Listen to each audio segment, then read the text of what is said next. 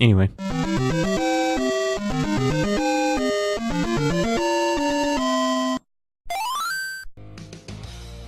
Let's talk about a game that until recently was only available on the Famicom in Japan.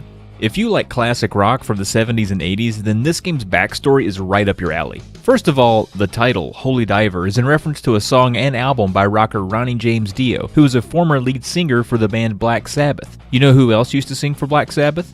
Of course you do, Ozzy Osbourne. When Ozzy went solo, he grabbed Quiet Riot's virtuoso metal guitarist Randy Rhoads to join him. Years later, Randy Rhoads tragically passed in a plane accident, and Zakk Wylde then became Ozzy's lead guitarist at the ripe old age of 20. With me so far? Ever heard of King Crimson, a progressive rock band from 1969? They aren't as heavy as the others mentioned here, but they rocked for the day. And certainly you've heard of Slayer, right? Okay. Let's put all this together. In this game, it is the 666th year for the world of magic, and the Crimson Kingdom is facing destruction at the hands of Black Slayer, the demon king of the underground Dark Empire. Realizing his days are numbered, the 16th Crimson Emperor Ronnie IV decides to entrust his two infant sons, Randy and Zakk, to his faithful servant Ozzy. With Slayer's forces closing in, Ozzy, Randy, and Zakk escape to another dimension with the hopes of bringing light back to the world. Over the next 17 years, the three train themselves on magic and become wizard kings. Meanwhile, Black Slayer's empire has grown, making itself even stronger. To defeat Black Slayer and his army, Randy must retrieve the 5 Crimson Emblem seals. Unfortunately, Zakk goes missing and Ozzy passes away, leaving Randy on his own. Curiously, Randy's sprite looks a lot like Ronnie James Dio. There are probably other references I didn't capture, but this is a nice enough intro. Now to the game.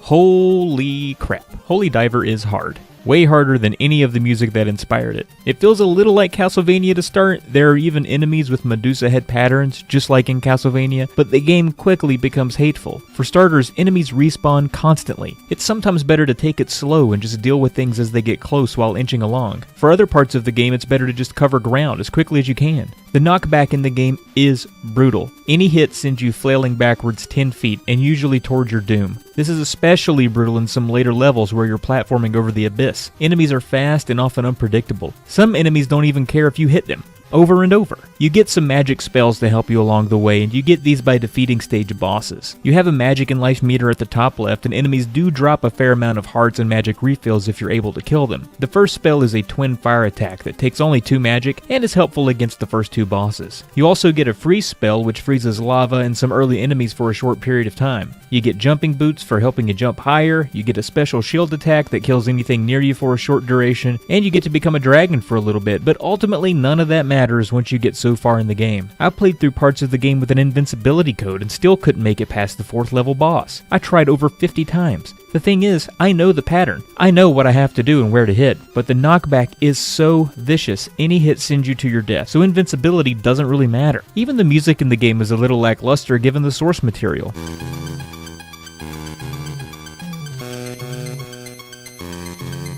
Graphically, the game is on par with other games of the time, but really amounts to nothing special. The narrative is largely told through the manual, and at the end of the game, which I've never seen with my own eyes, but thankfully there's plenty of online resources to fill us in. Ultimately, the game is neat, but it's almost not playable casually. There are speedruns of people surviving it, but even they die a handful of times. This one is great for the name and the classic rock references, but is not for the unskilled or impatient. If you want a frustrating challenge, go for it, but good luck.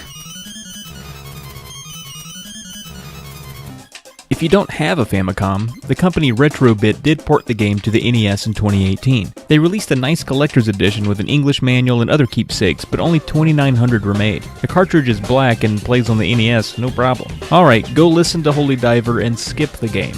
And thanks for watching.